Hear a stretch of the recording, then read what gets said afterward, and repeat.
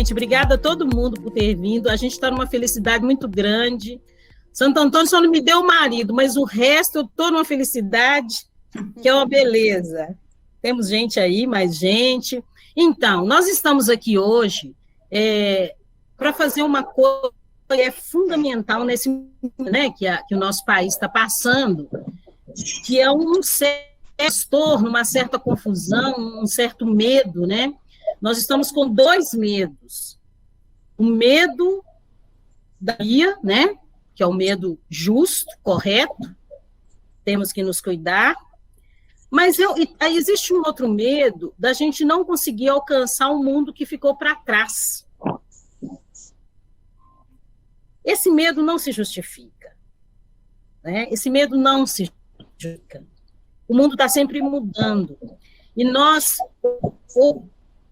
em 13 de junho, podemos nos conectar com pessoas que nós nunca nos conectamos não fosse a pandemia. O livro não teria surgido não fosse a pandemia. A pandemia tem deixado rastros terríveis, né? Nós temos rastros terríveis. Mas a pandemia trouxe para nós uma consciência da nossa fragilidade humana, mas ao mesmo tempo a consciência de termos problemas quando nós queremos estar juntos. O livro Educação Tecnológica, ele foi criado a partir dessa necessidade de comunicação. Ele foi todo criado à distância, a não ser pela Alessandra, que ela vai explicar como, mas o pedido para ela, o texto, a revisão do texto que foi feita generosamente pela Isabel. Tudo foi feito à distância. E, pasmem, pelo WhatsApp. A ferramenta que todo mundo sabe usar. A troca de textos, tudo foi feito pelo WhatsApp. Então, é o desejo de fazer que move a gente. É o desejo da gente conectar amigos. Eu não conheceria o Shigeru, eu não conhecia o Shigeru antes da pandemia. Conheci pouco antes, não, foi bem depois, né? Então, gente, muito obrigada por vocês estarem aqui e aceitarem esse desafio de estarmos aprendendo o tempo todo. O livro, ele foi lançado agora, recentemente, e todo o dinheiro que a gente conseguir na venda desse livro será revertido para o Clube de Mães. Mas primeiro, antes da gente começar, nós vamos fazer uma apresentação dos autores, dos revisores, das pessoas que participaram da feitura desse livro, ok? E a gente espera que tudo isso que nós estamos passando hoje seja uma representação de uma vida nova para todos, áudio Wi-Fi gratuito, daqui a um tempo, que nós possamos realmente entender a importância da comunicação, tá? Eu vou começar trazendo para vocês a Alessandra, ela vai apresentar aí e vai trazer para nós quem é essa mulher poderosíssima que nos conectou, que me fez entender como que é a vontade de trabalhar com jovens aprendizes e fazer... Tem uma frase da Alessandra que ela dizia assim: se daqui a 2 anos eu encontrar vocês como assistente administrativa, não sei o que eu faço, finge que não me conhece. E ela, do jeito que dava, ela colocava aqueles meninos para apresentar plano de negócio, coisa assim, com pouquíssimos recursos. Eu quero a Alessandra na nossa equipe, viu, dona Geralda? Aí, com o pessoal. Então, Alessandra, se apresente, por favor. Obrigada, Tânia, pelas palavras. Pessoal, boa noite. Muito obrigada, né, pela presença de todos vocês. Eu, atualmente, quando iniciei esse projeto tão carinhosamente aí com Tânia, que é uma pessoa, né, assim, sem palavras, tão maravilhosa, que eu tive a oportunidade de conhecer. E hoje, né, na época eu era instrutora de jovem aprendiz, hoje eu sou gestora de pessoas, né, no desenvolvimento aí de ponta, que tem contato diretamente com o cliente, que é o nosso cliente inicial, o cliente final, então todo esse suporte. Então eu agrego, né, essa pequena equipe, a pequena equipe hoje em uma empresa. Mas esse trabalho tão grandioso que foi com o jovem aprendiz, na época, tirar recursos de onde não tinha.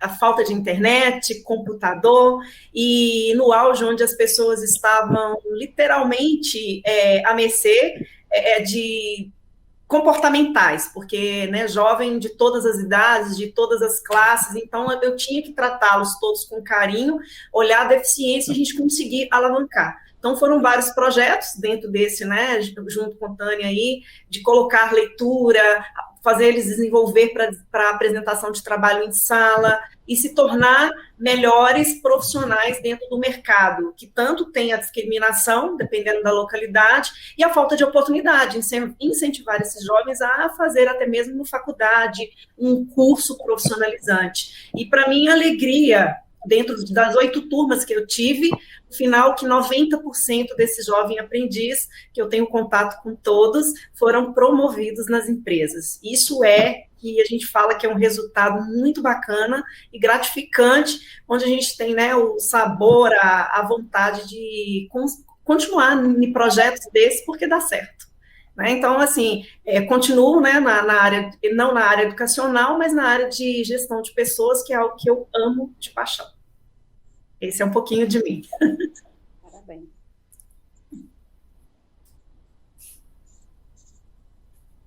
Tânia, o seu microfone está fechado. É porque você não cumpriu os 2 anos. Mentira. Gente, era incrível ver a força da Alessandra mesmo, viu? E essa percepção do mundo, da pessoa que trabalha com gestão de pessoas, que não tem barreira, não fica reclamando, eu não tenho isso, eu não tenho aquilo. Não, esses meninos de comunidade ou filhos de coordenadores terão oportunidades iguais enquanto eu puder. Ela trabalhou com aquilo que ela tinha controle.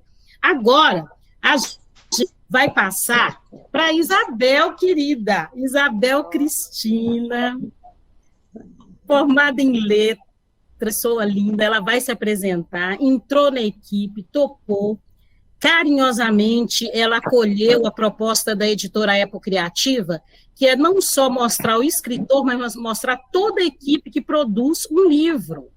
A cadeia produtiva de uma editora e a cadeia produtiva de uma escola, né, gente? Nós precisamos trabalhar compartilhamento, e o português está bonitinho, é muito importante. Mas a leitura sensível da Isabel foi fundamental para esse livro, bacana do jeito que ele está. Isabel, é com você. Boa noite, pessoal. Desde já, muito obrigada a todos. Obrigada, Tânia, pelo convite. Há tanto tempo que a gente não se via, nos reencontramos, com um trabalho muito bacana, essa parceria. Agradeço pela confiança, pela credibilidade. E eu estou fazendo isso com muito amor, muito carinho e, lógico, visando prosperidade para o Clube de Mães, as ações do Clube de Mães, né? E eu agradeço desde já e espero poder contribuir, né? E esse livro seja um sucesso, quanto tantos outros trabalhos virão que a gente poderá contribuir.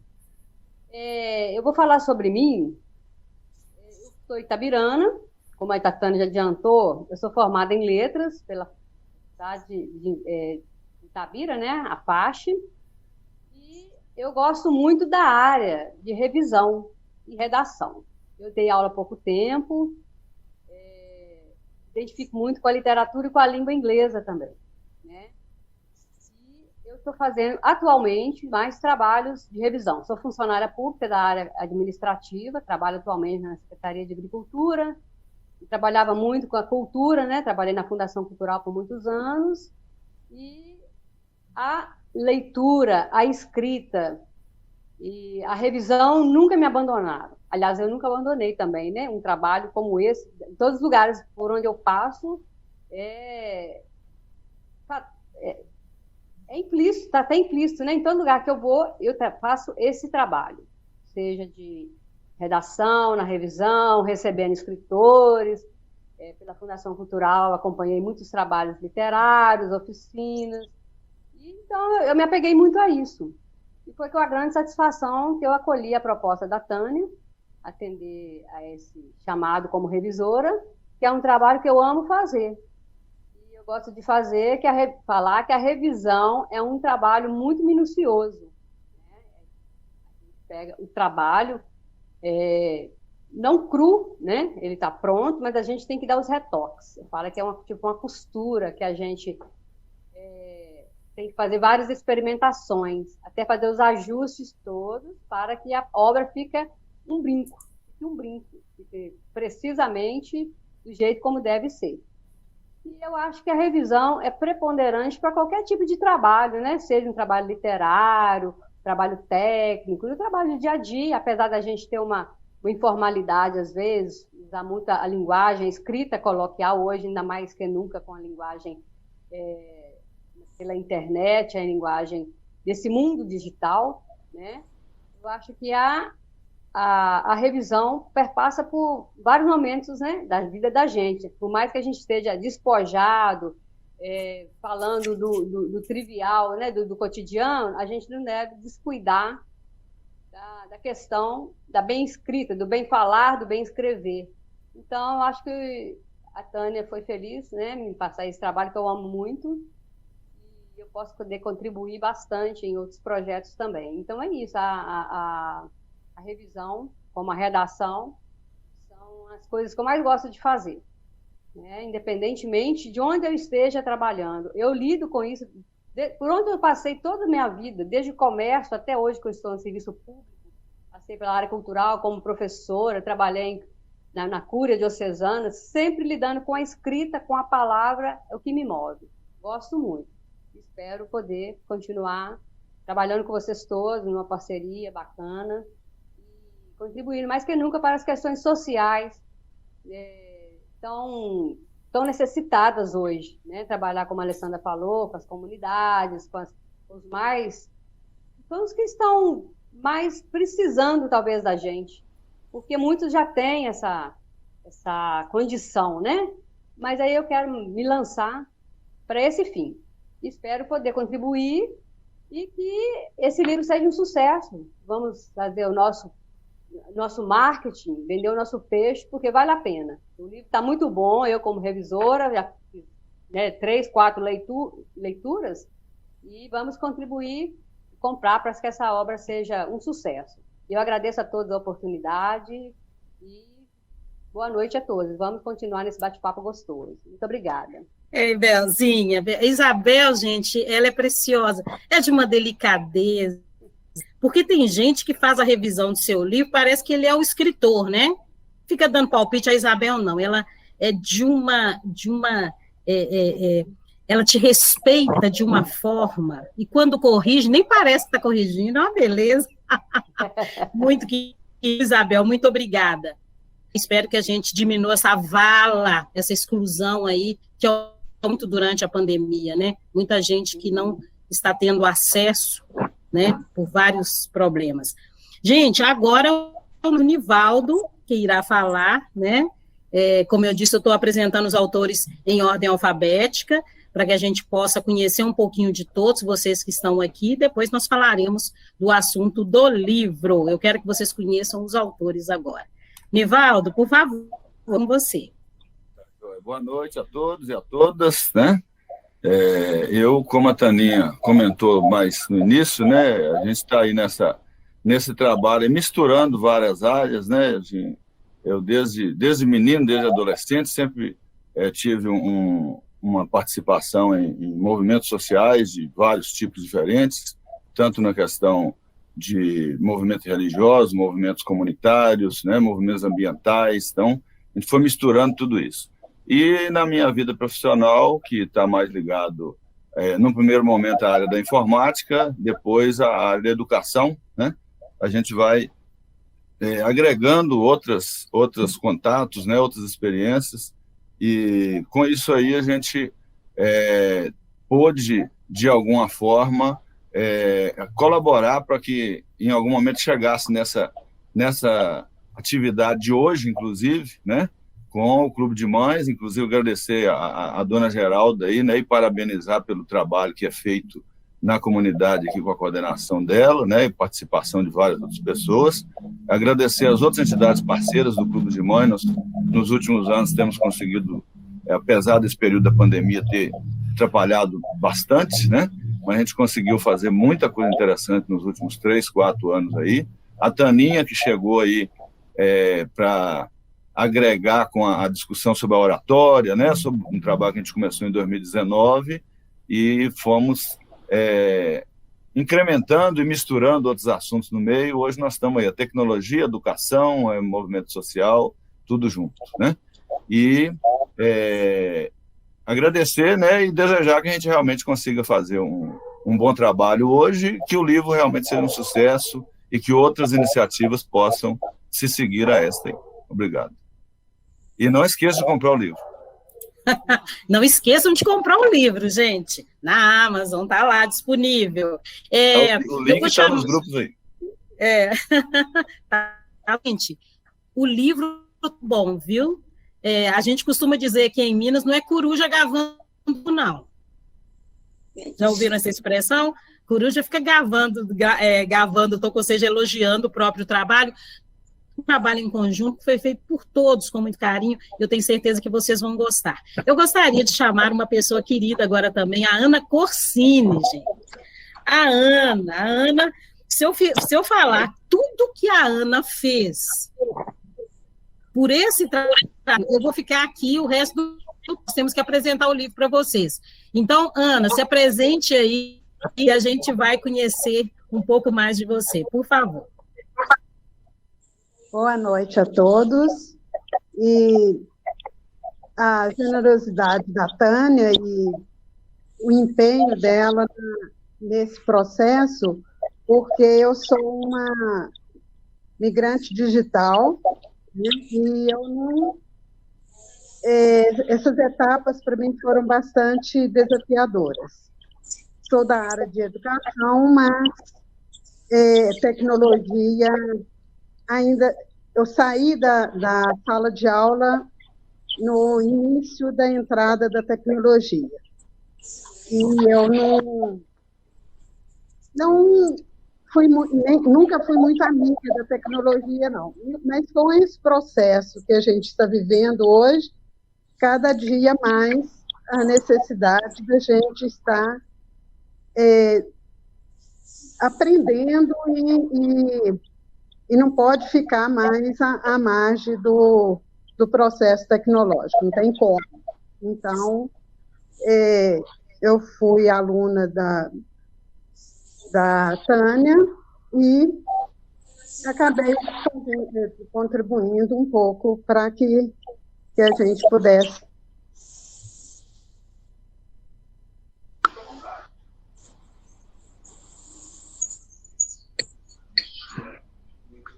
A Ana, gente, daqui a pouquinho a gente vai ouvir falar, né, as palavras dela um pouco mais, lembrando que a Ana, ela foi minha aluna no curso de Educação Tecnológica para Imigrantes, e o texto que está no livro, que ela escreveu, foi produzido durante o curso. Por isso que ele chama Sou Imigrante Digitais. Muitas descobertas foram feitas nas aulas, nas conversas, nos comentários que a gente assistiu, na inteligência da Ana, né? Eu me lembro dela dizendo um dia que foi o seguinte: estranho, né? A gente ser da escola e receber o computador usado à mesa, sendo que a escola deveria ser o primeiro lugar a receber o computador de última geração. Então, é uma falta de senso, né? E ela foi me chamando a atenção, porque ela viveu a questão dentro das escolas. E foi tocante a maneira como ela foi assim, o conteúdo, mas foi me ensinando também com outro olhar. Por falar em outro olhar, agora a gente vai conhecer uma pessoa profissional de TI, de uma empresa nessa transição, que colaborou com um texto valioso sobre como que, de repente, de alguém que criava os algoritmos, né, que cuidava da parte de criação da empresa, passou a controlar, né? E o Shigeru, eu conheci o Shigeru, né, eu sou da Juness, também revendedora da Juness, meu mentor, mas as nossas conversas trocadas eram conversas tão proveitosas sobre vida, e acabou surgindo esse texto em uma das nossas conversas, né? Chigueiro, se apresenta aí, no segundo momento, a gente vai ouvir você falando mais um pouquinho da sua colaboração. Por favor. Ok, bom, boa noite mais uma vez a todos. Eu queria pedir para quem está participando que fechem os seus microfones, porque está dando um certo eco, está reverberando aqui, acho que está atrapalhando a audição de todos. Ok, acho que melhorou. Tá bom. Bom, prazer estar aqui com vocês. Bom, já iniciando aqui, desejando vida longa, muito sucesso para esse livro, né, e essa semente que está sendo plantada, eu tenho certeza que vai ajudar muita gente, e fico muito feliz por ter colaborado. Né? Esse texto, essa minha participação, inclusive, nesse livro, foi muito despretensiosa. A Tânia falou assim, Amanda, me escreve alguma coisa aí, fala alguma coisa para o meu público, né, sobre tecnologia. E aí eu fiz um áudio, mandei um texto, e desse texto acabou saindo, né, essa parte do livro. Então eu vou me apresentar rapidamente aqui. Eu sou Shigeru Watanabe, eu tenho 59 anos. Eu vim da área de informática, né? Eu fui um dinossauro da informática. Eu comecei a pensar em informática no início dos anos 80, foi quando eu me graduei, foi quando eu comecei a vivenciar esse mundo da tecnologia, onde no Brasil ainda não existia tecnologia a nível computacional. A informática estava começando a ser utilizada nas grandes empresas, mas ainda não era nada a nível assim, popular. E aí eu comecei a mexer com isso, e eu fui um dinossauro, eu vi os primeiros passos, né, da tecnologia no Brasil. Então, tudo que vocês conhecem hoje, eu estou vendo aqui que tem pessoas mais novas, tem pessoas que já estão na jornada há muito tempo. Então, tudo que vocês viram de informática, eu passei por ali. Eu tive uma participação, eu vivi aquilo tudo. E hoje, mais do que nunca, né, a gente está precisando da tecnologia para nos comunicarmos, para nos conectarmos. Então, estarmos aqui, né, com pessoas de vários lugares, nesse horário, no domingo à noite, é realmente algo que há 10 anos atrás era impossível de se fazer, né? Hoje, com a tecnologia, a gente consegue isso. E o que eu posso dizer, assim, que o mundo, né, está se preparando para isso, né? Então, essa migração, essa necessidade da humanidade se adaptar à tecnologia, a toda a parte, né, da internet e tudo isso, é uma necessidade mesmo, né? Então, hoje, por exemplo, eu vejo pessoas de 80, 90 anos tweetando, né, mexendo no WhatsApp, com seu celular. Então, o celular hoje virou um computador, né? Eu costumo até brincar, porque esse meu celular aqui, ele é 100 vezes mais potente que o computador que levou o primeiro foguete para a Lua, né, para o espaço, porque isso daqui, há 30 anos atrás, era algo que não se imaginava ter, né? E hoje a gente tem um equipamento na palma das nossas mãos que é capaz de nos conectar com o mundo inteiro e fazer 1001 coisas a nosso favor. Então é isso aí. Prazer estar aqui com vocês. Eu acho que eu vou ter mais uma palhinha em algum momento, então eu paro por aqui. Obrigado. Vai sim, mestre. Vai falar um pouquinho do livro. Quando nós divulgamos, né, o lançamento, foram levantados pontos fundamentais. O motivo de nós estarmos aqui hoje, desse livro ter sido produzido, é um motivo do bem. Meu nome é Lúcia Tânia Augusto, para quem não me conhece. Eu tenho há 3 anos, hoje faz aniversário a Escola de Oratória. A editora ativa foi criado o selo editorial para eu me comunicar melhor com as pessoas sobre educação, escrever os livros que eu queria ler, né?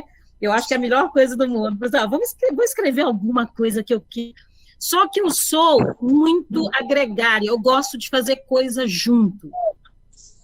Eu não sei fazer nada sozinha, eu não sei fazer nada, eu acho que a gente não faz nada sozinho nesse mundo. Só que fazer um livro é uma coisa tão séria, né? E fazer um livro com o objetivo de tirar algumas lacunas da nossa história e podemos colocar limpo isso, mas muito mais do que colocar a limpo, propor soluções. Então, quando vocês aqui, a Alessandra, a Ana, a Dona Geralda, o Nivaldo, o Chigueiro, a Isabel, todos vocês, essas pessoas não estão preocupadas em ficar reclamando a morte da bezerra, não. A gente quer colocar a mão na massa, trabalhar para o mundo melhor e pedir a quem deve, o que deve ser, né? Eu vou a apresentação aqui do motivo. Tudo tem um propósito e uma motivação. Tudo que a gente faz na vida que dá certo, como esse livro já deu certo, é porque tem um propósito por trás. E o propósito está aqui, olha. Eu vou apresentar para vocês, rapidamente, o projeto que nos fez lançar esse livro, tá? Muito rapidamente, mas vocês vão se assustar. Essa senhorinha chamada Geralda, que vai falar logo depois, ela, uma lioa. Vocês vão se surpreender com o número de parcerias que esse lugarzinho no canto do mundo lindo, que é o Clube de Mães de Itabira, é. Então, vamos lá, olha. Eu me propus fazer uma curadoria. O que é uma curadoria? É a maneira antiga, nova, de falar em projeto pedagógico. Só que eu gostaria de trabalhar com lideranças comunitárias e focar nas pessoas de 50 anos, porque são os imigrantes. E aí, a gente trabalha os processos de gestão. Como o Nivaldo disse, nós já temos uma pequena história. A minha história é bem posterior ao começo da história do Clube de Mães, mas nós queremos fazer com que o Clube de Mães cresça.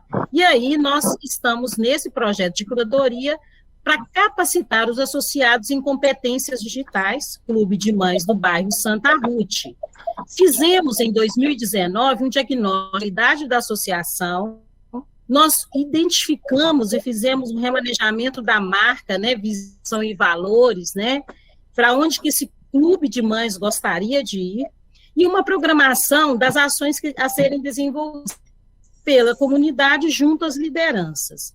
Vejam aqui, eu não vou ler, tá, gente? Não tem condição de ler. As parcerias, olha, são muitas parcerias, uma parte delas está aqui, em torno de 30 parcerias, o Clube de Mães vem desenvolvendo ao longo desses anos, né? E nós fizemos em 2019 o projeto Ninguém é uma Ilha. Esse projeto trabalhava com jovens em situação de vulnerabilidade. Essa aqui é a equipe da dona Geralda, o pessoal da equipe, o Nivaldo, né, todo mundo aí, uma das adolescentes atendidas. E o objetivo era fazer com que esses jovens aprendessem oratória e tivessem acesso às tecnologias para se desenvolverem, né, as oportunidades. Por que tivemos que parar o projeto? Porque nós não tínhamos sinal de internet, nós não tínhamos condições tecnológicas para podermos alavancar o projeto. E aí, chegou esse pessoal aqui, foi mais ou menos na mesma época, que trouxe vários computadores, e não só os computadores, o pessoal da Atlas, eles trouxeram também a manutenção dos computadores, a consultoria de informática para o Clube de Mães. Daí, nós podemos fazer esse reposicionamento, né, para identificar o que a gente tinha disponível e recriar para chegar a esse ponto aqui. Hoje temos o livro Educação Tecnológica para imigrantes digitais, a lei, o canal do YouTube para ajudar a gente a divulgar esse trabalho. Nós estamos com esse livro para vender e vocês vão nos ajudar mais ainda, quem está assistindo e todos nós. Temos uma palestra também que será amplamente divulgada, o negacionismo digital errando, para a gente falar sobre essas questões, mas apontar onde que nós erramos. E aí, de liderança, dona Geralda mandou estudar, que os líderes estão sendo formados, tem que conhecer de estatuto, tudo. E o oratória, ele será adaptado para mulheres com mais de 50 anos, que receberão noções de plano de negócios, da oratória pedagógica, elas vão poder ensinar o que elas sabem.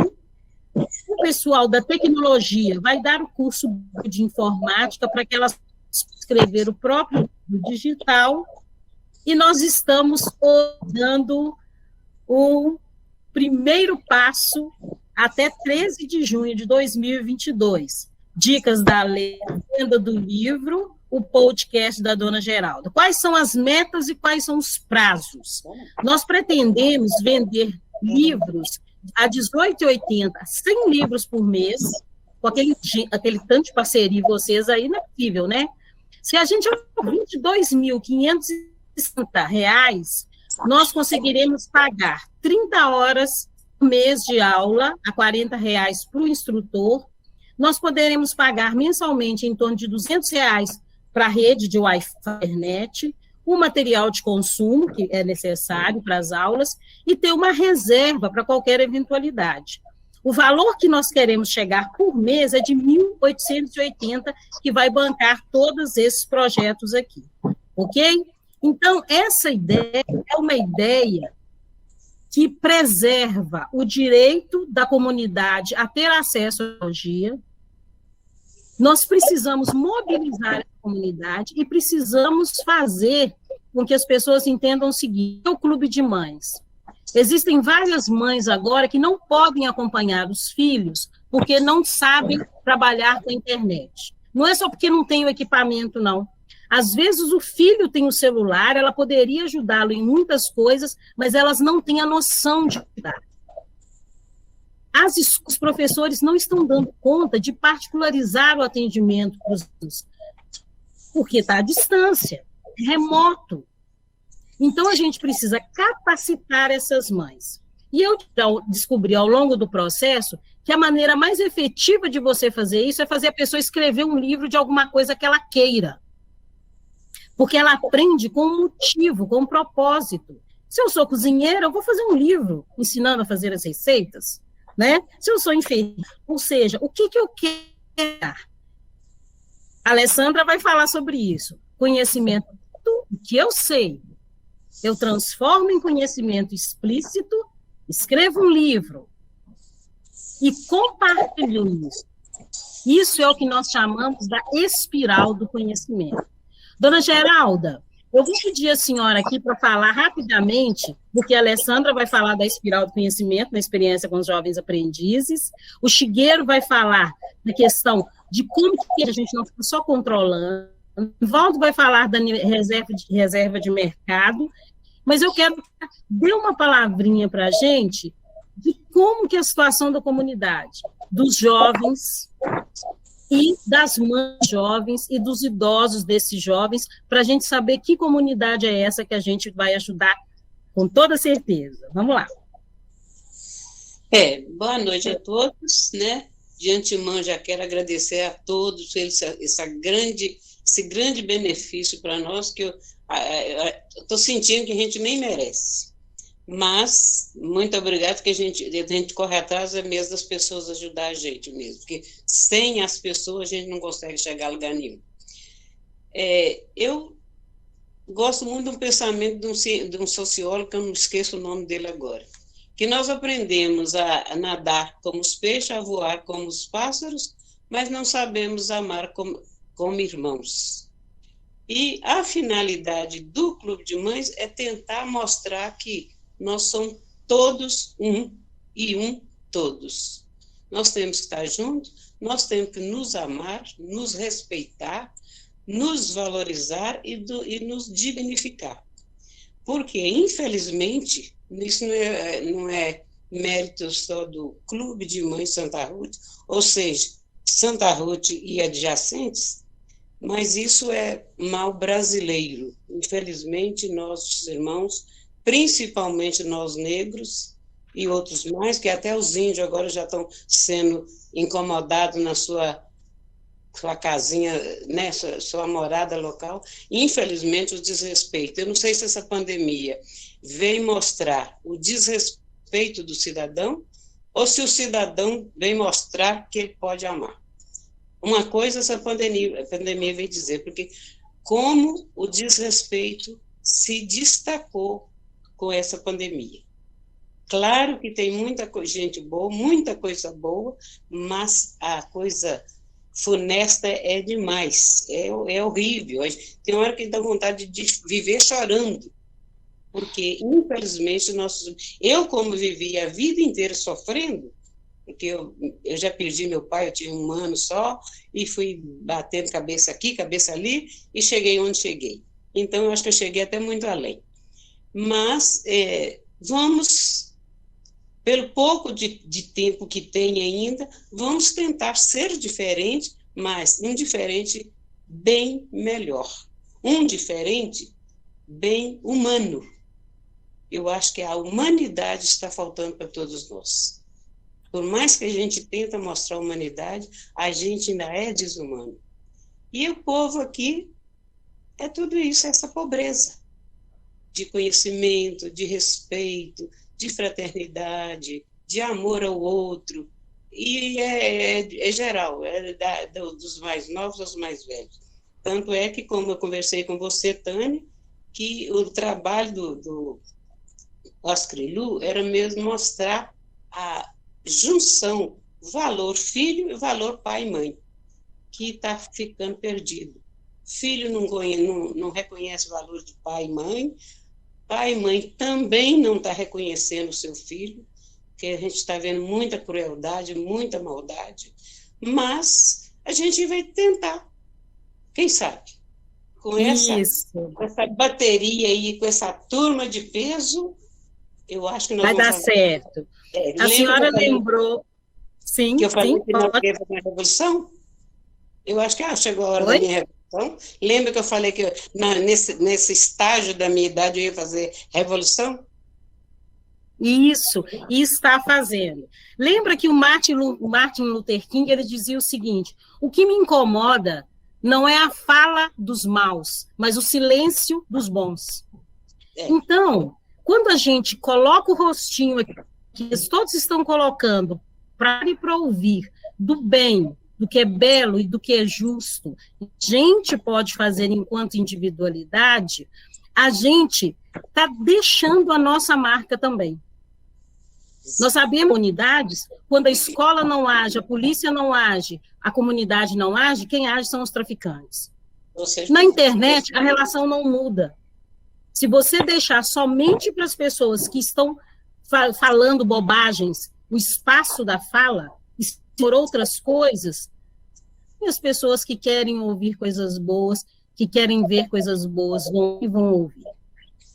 Então, nós estamos aqui, dona Geralda, garantindo o direito da fala de quem quer o bem. Não sei, eu acho, mas essas atitudes são boas, né? Gente, agora a gente vai falar um pouquinho mais sobre o livro e das informações que vocês vão encontrar nesse livro. Primeira informação importante. Nós aqui, pessoas que são migrantes digitais e nativos digitais. A explicação é muito simples. Os imigrantes digitais são todas as pessoas com mais de 35 anos que nasceram do advento da internet, de toda essa potência que a rede mundial, né, trouxe para a gente, e dessas inovações tecnológicas. Isso muda muito quando a gente busca outras gerações. As gerações que eram depois da implantação de sistemas de internet que permitem a comunicação com o mundo inteiro. Mas o livro chama atenção não para as diferenças, para o que nós temos de igual, para as nossas similaridades. O que nós temos de igual para os nativos digitais, que são esses meninos das gerações mais recentes, né? Espero que tenha algum por aqui, depois vocês podem até se pronunciar. Nós estamos todos sendo excluídos do processo no momento em que não houve uma organização institucional, uma gestão para dizer assim, olha, todo mundo tem que ter acesso à internet agora. A partir do momento em que nós não fizemos isso, nós levamos um susto nessa pandemia, quando nós tivemos que pensar sobre igualdade. E, menino de 14 anos, a dona Geralda me contava ontem, que uma menininha de 14 anos recebeu uma oportunidade para ser jovem aprendiz, e ela era tão tímida, mas tão tímida, que a dona Geralda ficou com medo ser maltratada, não tinha acesso. Então, nós não estamos falando de diferença de idade, de conflitos de gerações dentro do livro. A gente está falando de um processo em que todos nós temos de ter a oportunidade de adquirir as competências digitais no que há de, ok? E temos imigrantes digitais nessa sala e temos nativos digitais nessa sala, estamos todos no mesmo barco. Acabou esse negócio de briga entre gerações. Estamos todos no mesmo barco. Eu peço agora a Alessandra para falar um pouquinho de como que era a ação dela como professora dentro do trabalho com os jovens aprendizes, que ela faz um relato no livro sobre a espiral de aprendizagem e como que ela desenvolveu esse trabalho. Se tiver algum professor ou alguma mãe ou alguém que esteja interessado em como solucionar isso, a Alessandra vai contar um pouquinho para a gente como que ela fez dentro do relato do livro, com os jovens aprendizes, sem problema nenhum. Alessandra, por favor, conta para a gente o que você fala no livro. Bom, minha contribuição com o livro foi um trabalho maravilhoso, que eu tive a oportunidade de fazer com os jovens aprendizes, né? Como eu falei no início aí da apresentação, com poucos recursos.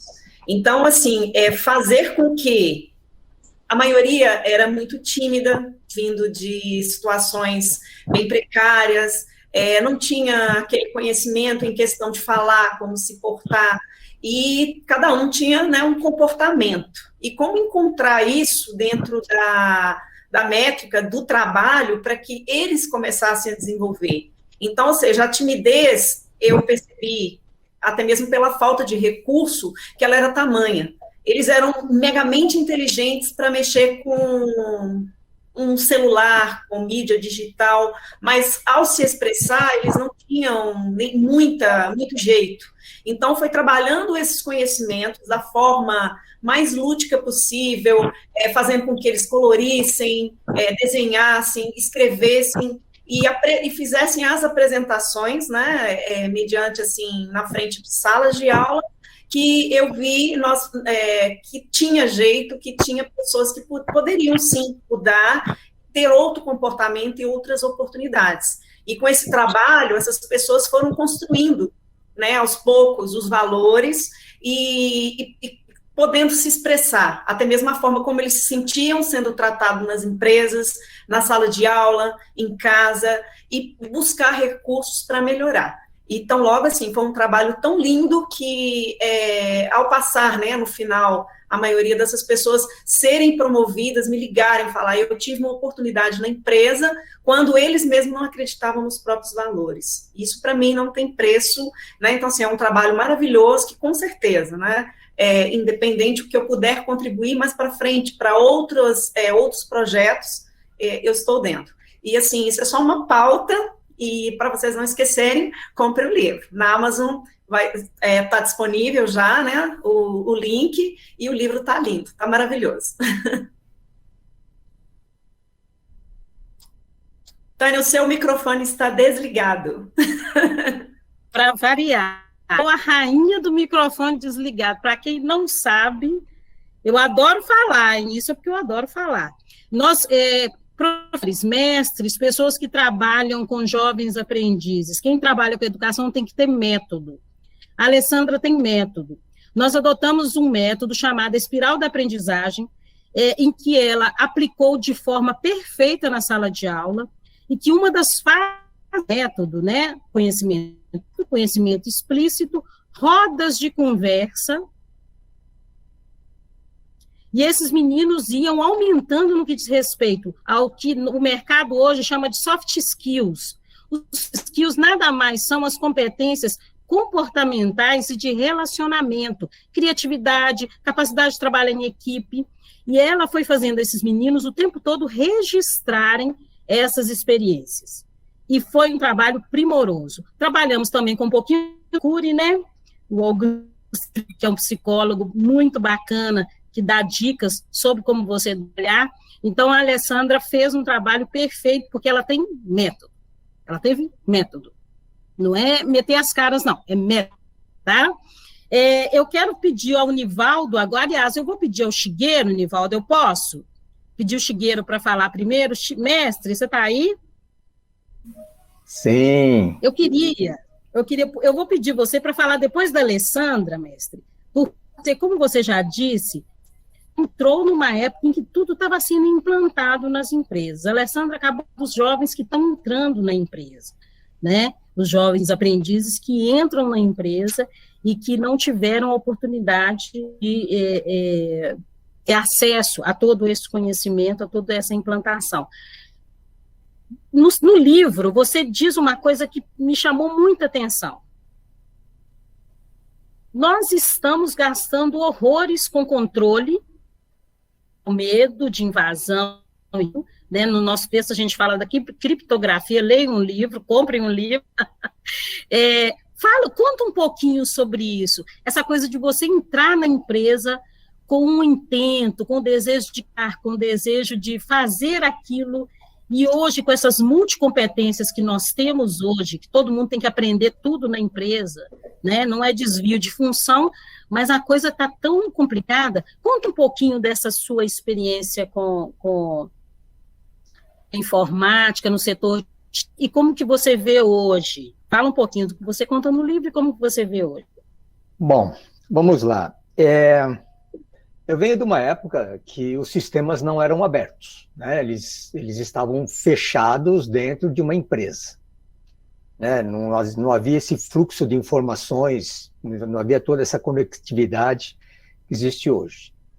E naquele momento se falava muito pouco, né, em segurança da informação. A criptografia, na verdade, ele era um recurso utilizado, já é um conceito bem antigo na informática, mas era utilizado para você poder conduzir fisicamente uma informação de um lugar para outro. Por exemplo, eu até separei aqui, isso daqui é um HD, né? Não sei se vocês estão vendo aqui, isso daqui é um HD antigo, né, que estava dentro dos meus computadores aqui, eu tenho até aqui guardado. Aqui tem 40 gigas, né, dentro do HD. Teve uma época que eu trabalhei com HDs que pesavam 30 quilos e tinham 10% da capacidade de um HD desse. Hoje eu tenho um HD de 2 teras, que está aqui dentro, pesa, sei lá, 100 gramas. Aqui tem 2 teras de informação, um HD externo. Então, quando a gente transportava informações, e quando tinha que mandar informação para alguma instituição financeira, a gente criptografava os dados para poder transportar essas informações via um parceiro de logística. Porque a gente pensava assim, imagina se acontecer um acidente no meio do caminho, né? Olha, imagina se acontecer um acidente, né, e alguém roubar aquelas informações, ou ela se perder, e como é que fica, né? A gente pensava assim, a gente pensava num assalto, a gente pensava num acidente de carro, no caminhão. Hoje não, hoje tudo isso ele é transmitido via rede.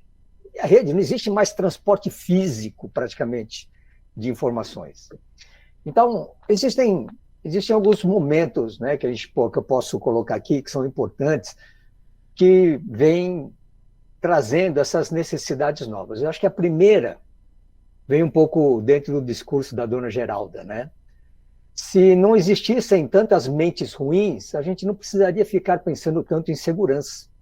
Por que a gente gasta tanto em segurança? Porque tem tanta gente ruim querendo fazer o mal lá fora, que a gente tem que ficar sempre estando à frente dessas mentes ruins, dessas pessoas mal intencionadas.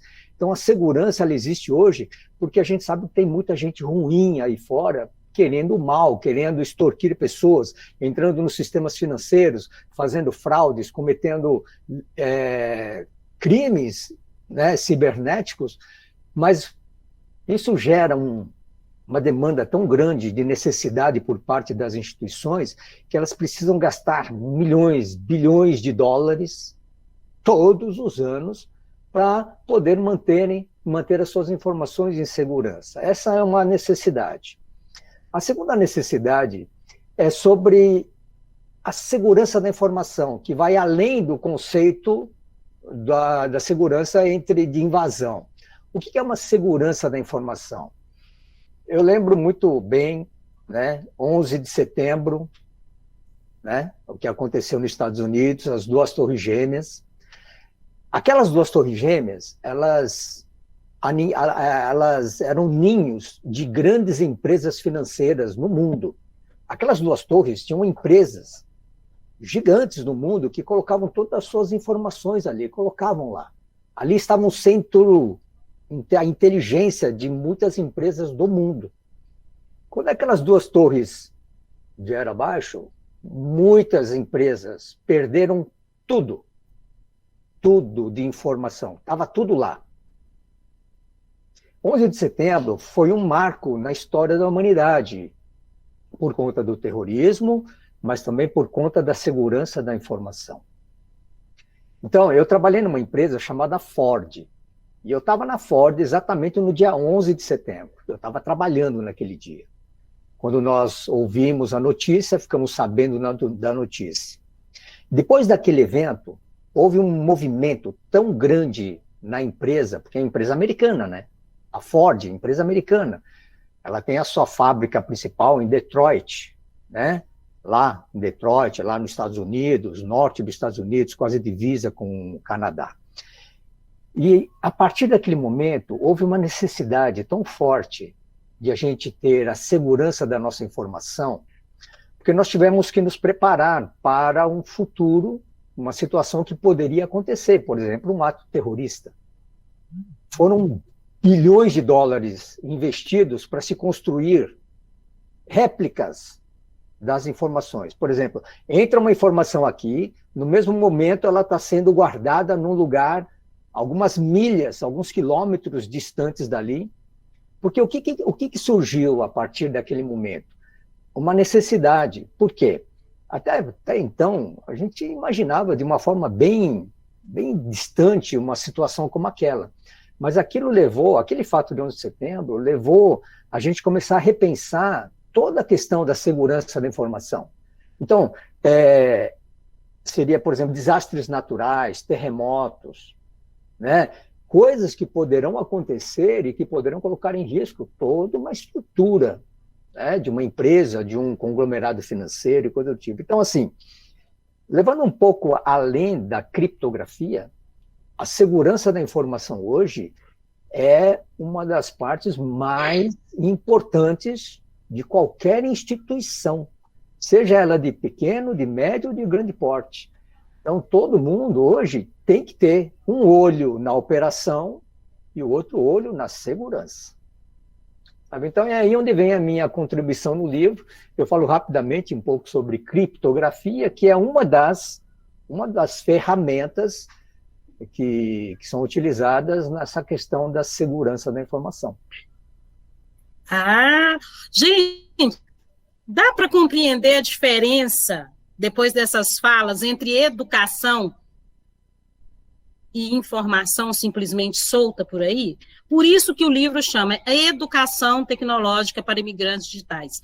Porque quando a gente entende os porquês, nós temos como tomar melhores decisões. Quando a gente entende os porquês, então não é para chorar o passado, reclamar. Olha as informações, a aula que vocês acabaram. O Shigeru também foi professor, tá, gente? Por isso que ele é bacana, assim, também. A dona Geralda, os links que a gente está fazendo, tudo isso tem no livro. E agora, mais um porquê. O Nivaldo vai contar para vocês, que tem no livro, né? Espero que todo mundo aí esteja com a boca para ler esse livro. O Nivaldo vai contar para vocês por que a gente é casado. Por que parece que todo mundo está sempre à frente, que a gente está sempre correndo atrás no que diz respeito à tecnologia, à pesquisa e desenvolvimento? Por que isso acontece? Será que o problema é nosso, a gente jogar uma maldição no Brasil? Ou será que tem uma explicação lógica, né? Isso tem uma explicação lógica, assim como a explicação lógica que o Shigeru deu agora. Então, o Nivaldo vai contar para a gente, ele não vai contar tudo, porque senão vocês não vão ler o livro, né? O Nivaldo vai contar 2 aspectos fundamentais para que a gente esteja essa lentidão para podermos assimilar as tecnologias no nosso país. Nivaldo, por favor. Pois não.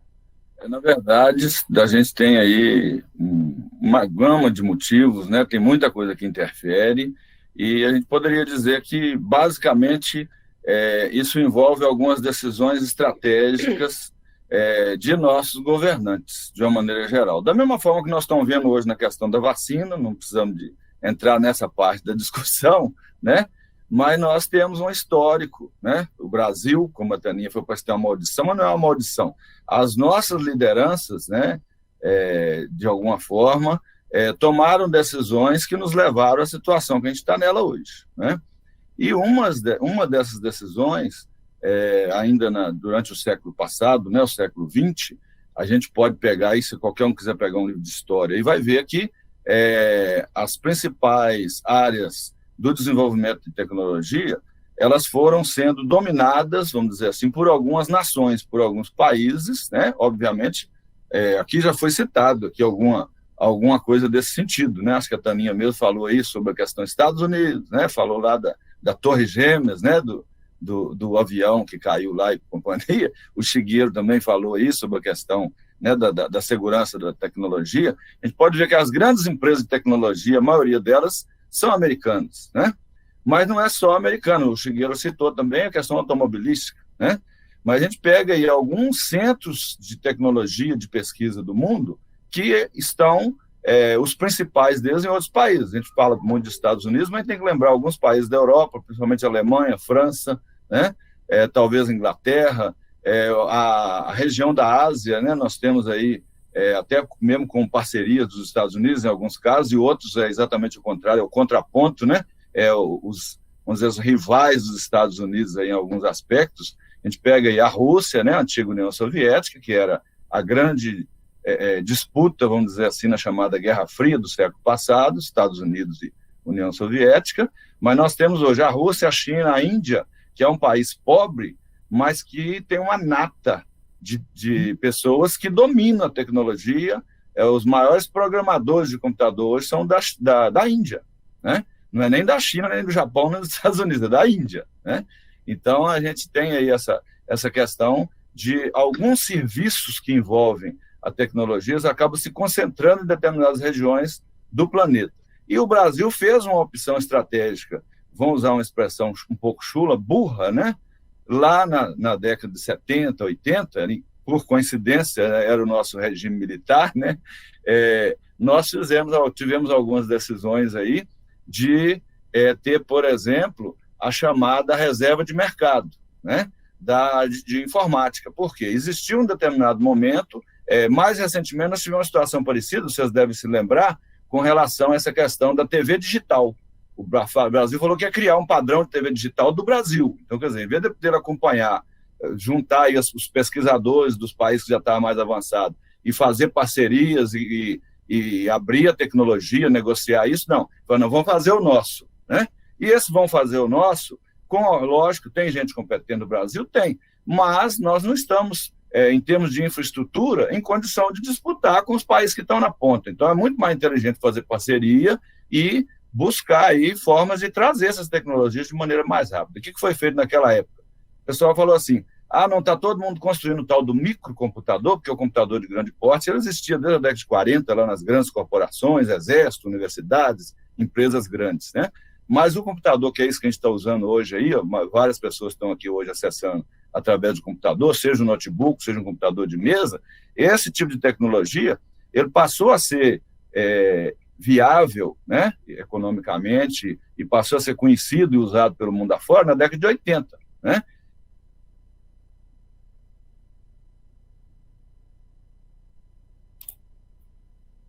Parece que deu algum problema de conexão aí com o Nivaldo, gente, mas o peso desse nosso encontro hoje, ele fica muito mais gostoso e muito mais macio, sabendo que nós temos 12 pessoas que estão juntos, né? Nós somos quase 20 pessoas, nós chegamos às 20 horas, e não queremos deixar de lembrar vocês do nosso propósito.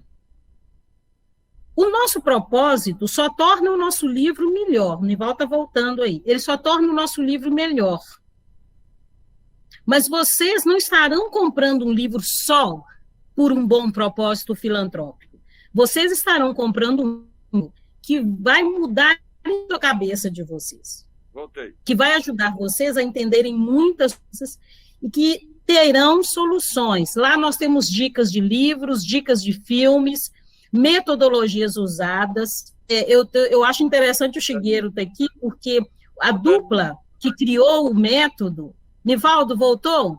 É o Nonaka e o Takeuchi. O computador deu aqui a falha. Voltou no telefone? Então fecha sua fala, Nivaldo, que estava muito boa a sua fala, continua aí. Vou fechar, mas pode fechar logo depois. Aí que eu fecho em seguida. Pode falar, depois eu falo. Tá. Eu dou preferência para você. Assim, o que aconteceu? Lá na década de 80, né, 70, 80 do século passado, o Brasil tomou a decisão de fazer a chamada reserva de mercado na informática. Com qual objetivo? Com o objetivo de desenvolver uma tecnologia de informática brasileira. Foi desenvolvido muita coisa? Foi. Mas nós ficamos bem atrasados nisso. E houve, na época, uma discussão que foi chamada de abertura do mercado, né, ou quebra da reserva de mercado, que ela foi colocada em prática ali no ano de 90, 91, vamos dizer assim, na transição, naquela confusão do governo do Collor, inclusive, né? Nós nós encerramos a reserva de mercado no meio daquela confusão lá do impeachment do Collor, praticamente, ali, 91 para 92. Né? E depois disso, o Brasil, obviamente, quem acessa ou já acessava, tinha acesso à questão de tecnologia, informática naquela época, deve lembrar que a gente tinha, por exemplo, no Brasil, nós estávamos usando o Windows 3.1 e o povo já estava lá no tal do Windows 95, né? Então, nós ficamos atrasados aí, aparentemente 2, 3 anos, mas, na verdade, na prática, muito mais do que isso, décadas, né? Com certeza. E aí, da mesma forma que aconteceu nessa área da tecnologia, isso aconteceu em outras áreas, principalmente na área da educação, que é um dos grandes problemas nossos hoje, né? Quando nós somos, inclusive, o tema do livro, né? Tecnologia e educação tecnológica, né? Então, nós temos um atraso seríssimo. Nós vemos aí, de vez em quando, sai rankings das universidades. Aí, de 100 universidades, tem uma brasileira no meio, né, do mundo. Né? Então, assim, é muito complicado a gente lidar com esse atraso. Agora, nós também não podemos, como a Taninha já falou, não podemos ficar lamentando e deixar o tempo passar e piorar mais ainda. Então, nós temos que descobrir formas de desenvolver, sim, tecnologias nossas, mas também de compartilhar, de ter acesso às tecnologias que já estão disponíveis. Né? Certo. É o caso nosso hoje da vacina. Né? Nós estamos aí com 5, 6 países produzindo vacina, nós só comprando, né? E inclusive comprando atrasado, que é outro problema. Né? Mas vamos voltar para o nosso tema. Então, eu quero gente, e o nosso tema no livro é exatamente esse, é o atraso.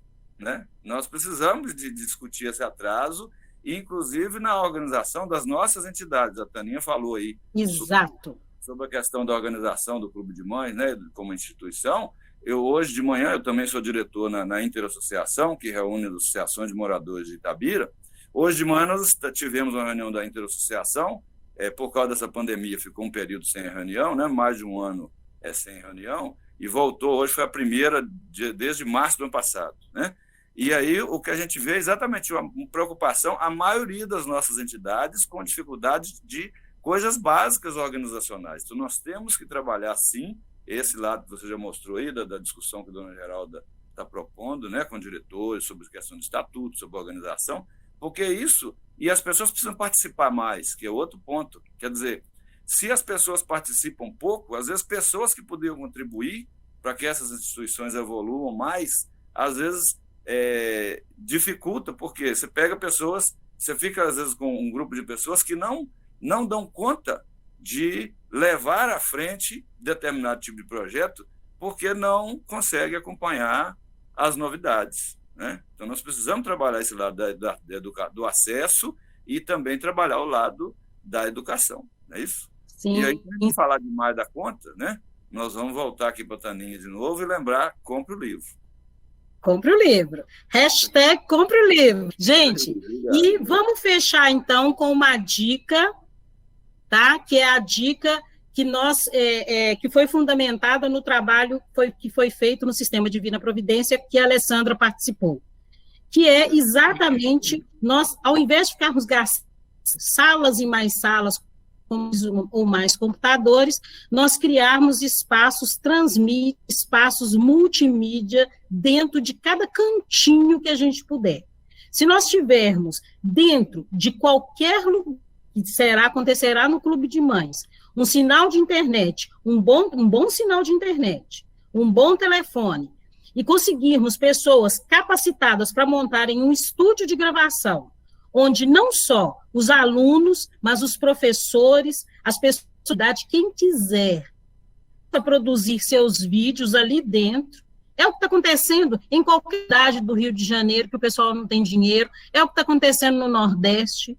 Nós criarmos espaços multimídia, encontrarmos pessoas que queiram juntar forças, e ao invés de comprar 10 mil computadores, termos ali aquele espaço que será para produção editorial, produção de livros, a comunidade transformando a própria história, o próprio conhecimento, em conhecimento escrito. Se eu com a dona Geralda hoje conseguir fazer com que ela diga 2 frases, mesma digite a frase, ninguém segura a dona Geralda. Porque ela tem que dizer a frase, ela tem que ver que ela é capaz de produzir conhecimento e compartilhar conhecimento. Mas tem que ter acesso. Então, vamos fazer um grande movimento para termos espaços multimídias, podem ser com computadores que não são novos, nós temos tecnologia e internet, nós temos capazes de trazerem qualquer coisa para dentro de um espaço que tem essa internet e que tem a gente querendo trabalhar em prol de todos, né? Agradecer a todos vocês, ia de falar o nome de cada um que está aqui, das 11 pessoas que estão aqui. Esse material vai ficar disponível, né, Alessandra? Conta aí para a gente, fala o nome do nosso querido aí que está conosco, gravando tudo. Por favor, material... conte. Então, gente, está sendo gravado pelo Jamil, né, que é da JG Comunicações, ele está fazendo esse trabalho com muito carinho, e que vai ficar disponível para quem não teve oportunidade, quem entrou depois, né, para ter o contato. Quero agradecer a cada uma das pessoas que eu convidei, que eu via carinha, nomezinhos aqui. Então, assim, Sônia, Eliane, Gláucia, as 2 Gláucia, né, minha irmã Raquel, minha mãe, minha tia que participou no início, teve que sair, a Cris, a Débora, então, assim, Léo, muito obrigada, assim, foi fantástico, né, essa participação de vocês, para conhecer um pouquinho desse projeto tão maravilhoso. E o link também, assim, da gravação, vai ficar disponibilizado para que vocês tenham acesso, né, da oportunidade e contribuir com esse trabalho maravilhoso pela Amazon. Está sendo patrocinado por eles, e eu tenho certeza que, assim, é um livro muito gostosinho de ler e que vai trazer muitas informações e um compartilhamento, assim, de uma interação gigantesca. Valeu, pessoal. Alessandra, mas algum autor, por favor, fale, a dona Geralda, a gente vai um pouquinho aqui, gente, mas dá para aguentar mais uns 5 minutinhos, alguém quer falar mais alguma coisa? Eu quero falar uma coisinha. Na verdade, eu quero agradecer, né, a parceria, né, tanto de você e todas as pessoas que estão juntas aqui nesse projeto, né, das instituições que têm acompanhado o trabalho do Clube de Mães, né, parabenizar mais uma vez a dona Geralda, que se não existisse o Clube de Mães, não existisse o projeto Pasquilu, certamente a gente não estaria aqui, né, agradecer também a família da dona Geralda, né, tanto o seu Lucas quanto as filhas dela, que estão sempre aí nos bastidores, né, ajudando um monte de coisa, né, tá ali, a Inês está ali dando um tchauzinho, né, a gente tem que agradecer a turma também, e agradecer também as outras pessoas que vieram participar com a gente, até mesmo a Valdirene, que chegou agorinha, né, mas todo mundo realmente interessado em conhecer os trabalhos. A gente tem, como a gente falou aí mais cedo, no projeto, no Clube de Mães e no projeto Pasquilu, a gente conseguiu parcerias muito interessantes de várias áreas, pessoal de universidade, pessoal da Unifei, da FUNSESI, pessoal do Rotary, né, de várias instituições aqui da cidade. Uma lista de responsabilidade. Lá naquela listinha que a Taninha mostrou lá, né, para ler aquilo tudo é muita coisa, né, mas acho que é importante a gente lembrar de todos esses parceiros aí, né, E agradecer especialmente, principalmente nesse momento aqui, a Taninha, né? E o projeto que ela criou, que é a Escola Portátil de Oratória, né? Que agora já vai também ampliando com um monte de outras atividades e que ajuda a viabilizar esse tipo de situação aqui, como diz a Inês aí nos bastidores aqui, que há pouco tempo não era impossível imaginar isso acontecendo, seja no Clube de Mães, seja com a própria Dona Geralda, dela estar aí numa live, participando, dando a contribuição, mostrando o trabalho, que é um trabalho tão interessante, tão importante. Obrigado. Nada como mérito, né? Alessandra, deixa aí no cantinho para a gente o endereço, o nome do canal do YouTube. Todos vocês receberão, porque todos aqui são conhecidos, receberão os links, os detalhes, para que ajudem a gente a divulgar esse trabalho. Não se esqueçam de que esse é uma semente, é um trabalho replicável. Ele começa no Clube de Mães, mas qualquer lugar do mundo pode fazer um trabalho como esse, gente. Pessoas de boa vontade se unirem, criarem um trabalho para mobilizar pessoas e ajudar quem porque, Dona Geralda, ok? É puro mérito. Muito obrigada por gente, boa noite e até uma próxima oportunidade, viu? Um abraço.